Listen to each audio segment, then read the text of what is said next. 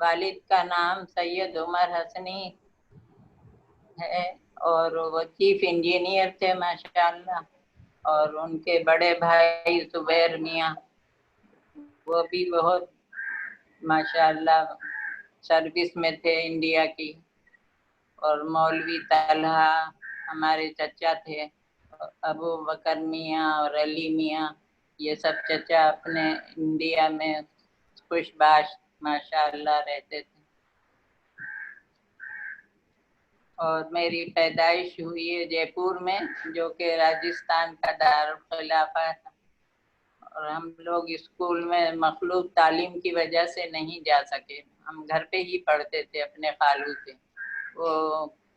Class کے لحاظ سے کورس لے آتے تھے، اپنی بیٹیوں کے ساتھ ہمیں بھی پڑھاتے تھے، ہمیں اجازت نہیں تھی کہ باہر جائیں، پردے کا بہت اہتمام تھا ہمارے۔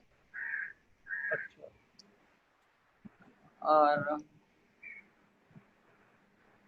کی ہجرت پیدائش کس سن میں ہوئی؟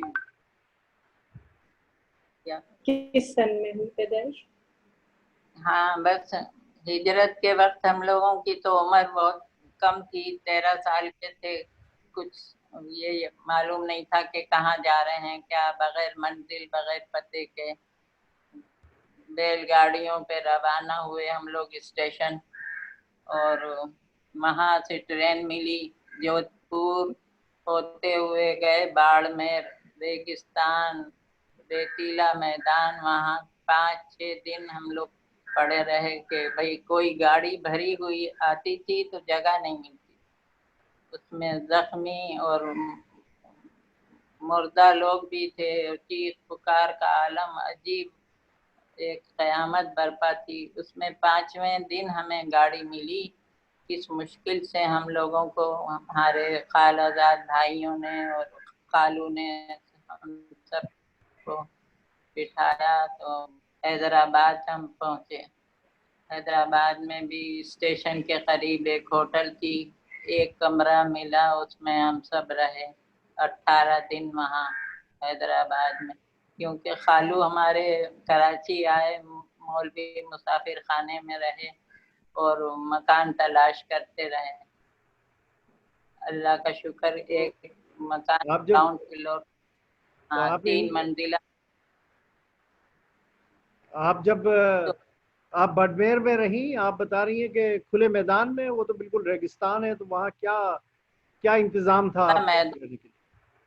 ریتیلا میدان کھلا ہوا، 5 دن ہم سب، اور بھی بہت لوگ تھے، اور سب ایک ٹرین آتی تھی بالکل سلو رفتار سے چلاتے تھے کہ ہندو اور سکھ اسٹیشن کے باہر کھڑے ہوتے تھے، اور وہ نہ پولیس کا خیال رکھتے تھے نہ فوج کا، اور ہلہ بولتے ہوئے اتنی تیز آوازوں میں، اور چھری چاقو اور کرپانیں کھڑکیوں میں سے مارتے تھے، لہذا ہم لوگوں کو سب کو نیچے بٹھا رکھا تھا کہ کوئی کھڑکی میں نہ آئے، رکنے ہی نہیں دیتے تھے، ڈرائیور بھی کیا کرتے، اگر روکتے تو مارا ماری کرتے تھے وہ لوگ، بہت پریشانی کے عالم میں ہمارا سفر گزرا۔ بس یہ ہجرت تو ہم نے کی تھی، نیت ہجرت ہی کی نیت تھی، بس اللہ اس کا اجر دے گا بہتر، اور بچے بھی سب چھوٹے ہمارے بہن بھائی، اور تمہارے ابا عباس حسنی کا بھی کچھ پتہ نہیں تھا کہاں ہیں، دہلی میں ہیں کہ وہ ٹونک سے آ رہے ہیں، کسی کو خبر نہیں تھی، بس ہم سب 18 دن کے بعد خالو واپس آئے کہ ہمیں ایک ہندو کا مکان نیچے کا خالی 2 کمرے مل گئے ہیں، آپ لوگ اس میں چل کے رہیے، بس پھر کراچی آ گئے، کہیں پر مولوی مسافر خانہ بھی قریب ہی تھا، اتفاق سے بھیا عباس تمہارے والد وہاں سے گزر رہے تھے، اور طیب بھی تھے ادھر ہی کھڑے ہوئے، کچھ کر رہے ہوں گے چھوٹے، تو بھیا عباس پہچان گئے کہ یہ طیب ہیں، ہاں، پھر طیب سے ملے آ کے طیب ہمارے گھر لائے، پھر معلومات ہوتی رہی کہ یہ ہمارے رشتہ دار اللہ کے فضل سے بخیر و عافیت پہنچ گئے ہیں پاکستان، عامر بھیا احمد بھیا شملے سے آئے تھے، عامر بھیا دہلی سے آئے تھے. یہ سب وبائی دنوں تھے جو کہ ٹرینوں میں بھی امید نہیں تھی کہ کوئی بچ کے آ جائے، مگر اللہ نے معلوم نہیں کس کی دعا قبول کی کہ ہمارے خاندان کا بچہ بچ کے آئے اللہ کے فضل سے. کوئی نہیں رہا کہ اس بلوے میں ضائع ہو جاتا یا معذور ہو جاتا. یہ احسان ہے اللہ کا. بس پھر ہم لوگ یہاں جب کراچی آ گئے، سبھی بھیا عباس آ گئے، بہن جان ہاجرہ، تمہاری پھوپھی فاطمہ بھی پھوپھی، ان سب سے پھر رفتہ رفتہ جیسے جیسے سن 52 تک آمد رہی انڈیا سے لوگوں کی. اچھا. اور ہم سن 25 ستمبر کو ہم نے جے پور چھوڑا اور 1 اکتوبر کو ہم حیدرآباد پہنچے. یعنی 5-6 دن ہم سب ریتیلے میدان میں رہے اور اوپر آسمان تھا، نیچے زمین تھی. تو وہاں کسی قسم کا کوئی انتظام تھا، کوئی پانی کا یا کھانے کا؟ پانی وغیرہ کا انتظام کر رکھا تھا ان لوگوں نے بہت، اور واش روم بھی تھے، مگر یہ ڈر ہوتا تھا کہ کس وقت ادھر سے یہ بلوائی نکل کے آئیں اور کیا کچھ نقصان کریں. تو بس ایک پولیس کا انہوں نے کچھ اہتمام کر رکھا تھا فوج کا، اس وجہ سے ان کی ہمت نہیں ہوتی تھی، مگر ٹرینوں پر بڑا دشمنی کرتے تھے، بہت زیادہ مار پیٹ کرتے تھے. اور جب آپ خاص طور راجستھان جس علاقے سے آئی تھیں آپ جے پور سے، ہم لوگ وہاں کیا صورتحال تھی؟ ہم لوگ جودھ پور کے راستے سے آئے اور باڑمیر آخری ان کا اسٹاپ تھا انڈیا کا، یعنی وہ ٹرمینس تھا جہاں سے پاکستانی ٹرین ملتی تھی. یہ وجہ جے پور میں کیا حالات؟ اچھا، یعنی اور جے پور میں حالات کیسے تھے؟ جے پور میں کوئی ایسی بات نہیں تھی، ہم لوگ آسانی سے نکل آئے تھے اور وہاں ان لوگوں نے گھر گھر گھس کے یا کسی کو نہیں مارا، کیونکہ شاید 25 دن بعد ہم لوگ نکل گئے تھے اور سخت مشکل وقت میں نکلے تھے. اور اپنے عزیز سارے 49 میں آئے، 50، 51، 52 میں سہولت سے آتے رہے،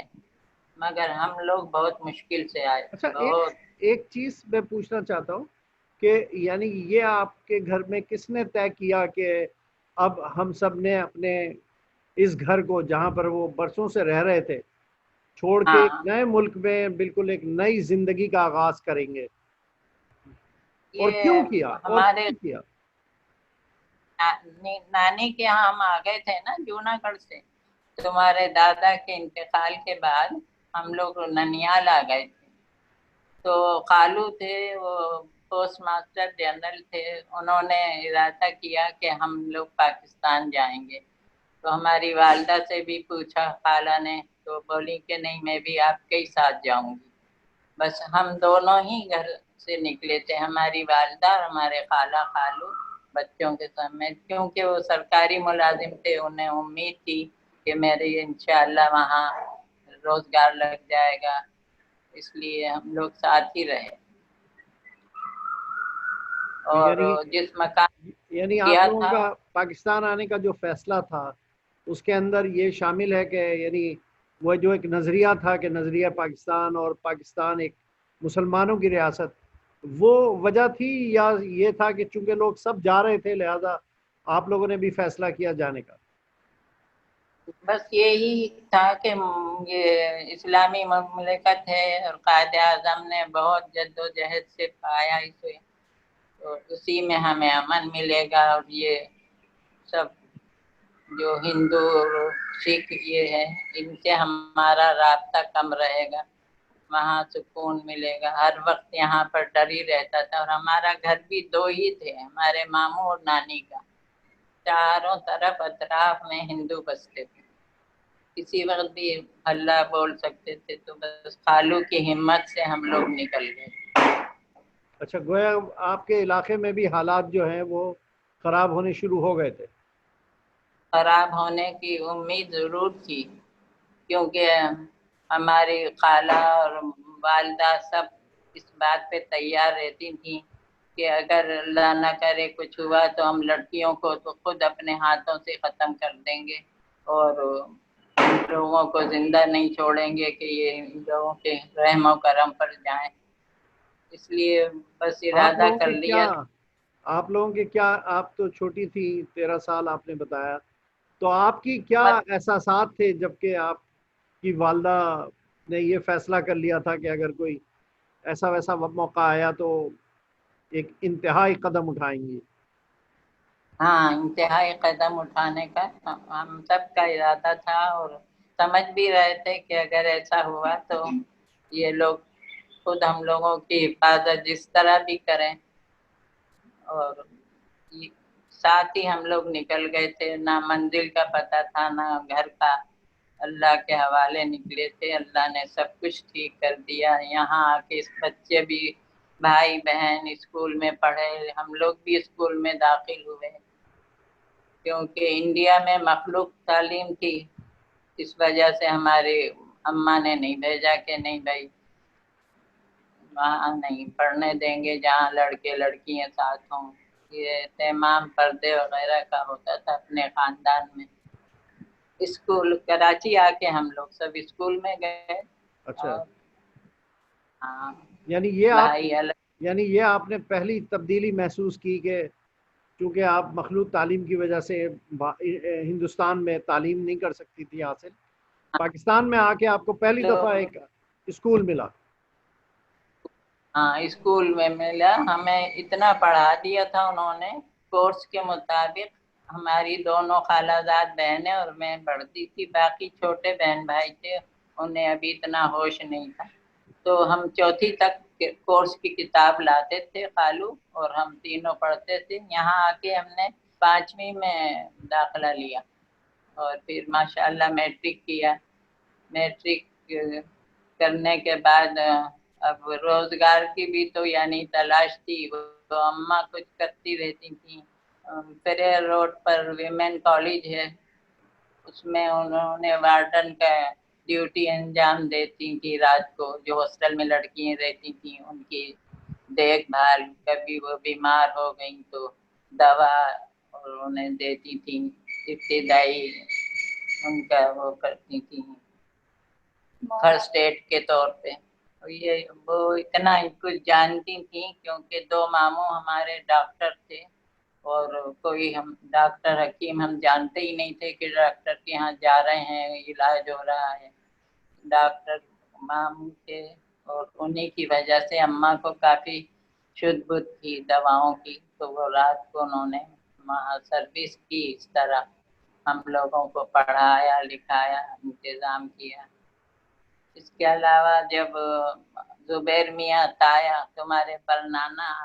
اور حمزہ بھیا تمہارے ماموں یہ سب آ گئے تو انہوں نے بھی بہت مدد کی، بھیا عباس نے، بہن جان نے، اور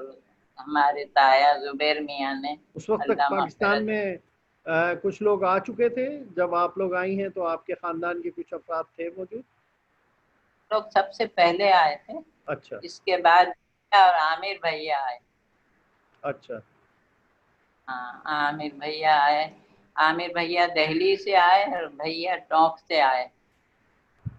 اور اچھا احمد بھیا جو ہمارے میاں کے بڑے بھائی تھے وہ شملے میں تھے ریڈیو پاکستان میں، وہ وہاں سے آئے۔ کس طرح آئے یہ سب تو آپ کو معلوم ہی ہے کہ کیا کس قدر غدر مچا رکھا تھا ہندو اور سکھوں نے، پوری گاڑیوں کو تباہ کر دیا تھا، مردے پڑے ہوئے تھے گاڑیوں میں، بدبو آ رہی تھی، اس میں ہم لوگ بیٹھ کے پہنچے ہیں حیدرآباد۔ تو بس یہاں پھر پر جب آپ طیب پاکستان آئی ہیں تو آپ نے کیسا محسوس کیا؟ یعنی آپ کے کیا احساسات تھے پاکستان پہنچنے کے وقت؟ کیا آپ کو یاد بس ہے وہ لمحات؟ پاکستان کا تو بس یہی تھا کہ وہاں اللہ کے فضل سے قائد اعظم نے جو محنت کی ہے اس کو ہم لوگ پورا تو اتنا نہیں کر سکے جتنا کہ وہ انہوں نے چاہا مسلمانوں سے، مگر یہی تھا کہ انشاءاللہ یہاں پر کم سے کم حفاظت ہوگی اور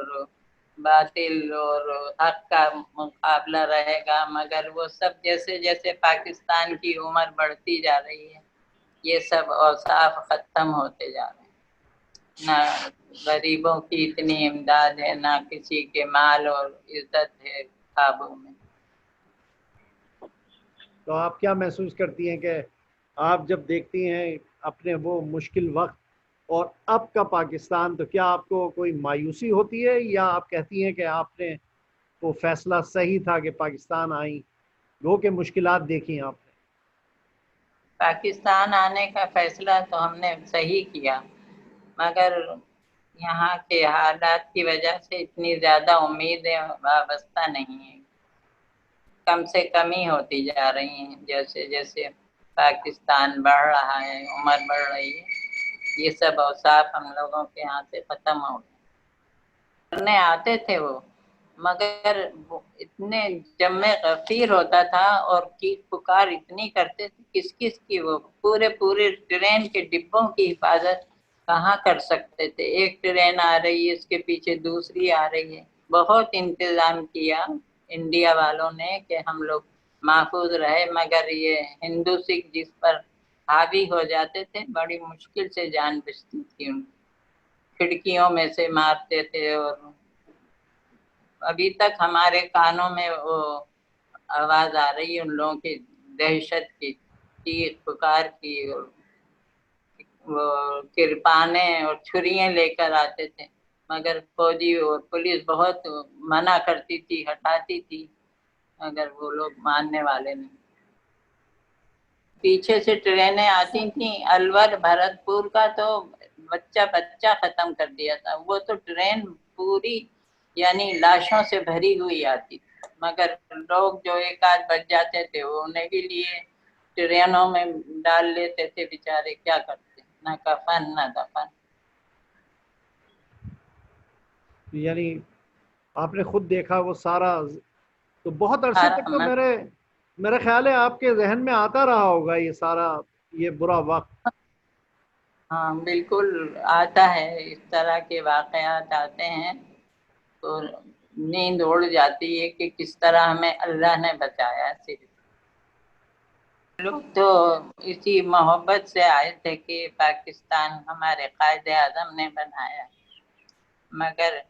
ہم لوگوں نے قدر نہیں کی، یہ تو بہت خلوص سے بہت جانفشانی سے بنایا، مگر یہی تھا کہ ان کی زندگی نے ان کا ساتھ نہیں دیا، ورنہ اور بہتری ہوتی۔ جی، کتنے ہی لوگوں نے اپنی جانیں دے دی، اور آج جب ہم دیکھتے ہیں کہ پاکستان میں وہ سب کچھ نہیں ہے، تو کیا یہ ہاں کہہ سکتے ہیں کہ کیا انہوں نے جانیں اپنی غلط دے دی، یا اللہ کو یہی منظور تھا، یا کچھ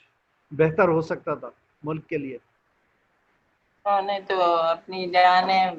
پاکستان پہ قربان کی کہ یہ ہمارا اسلامی مملکت بنے گا،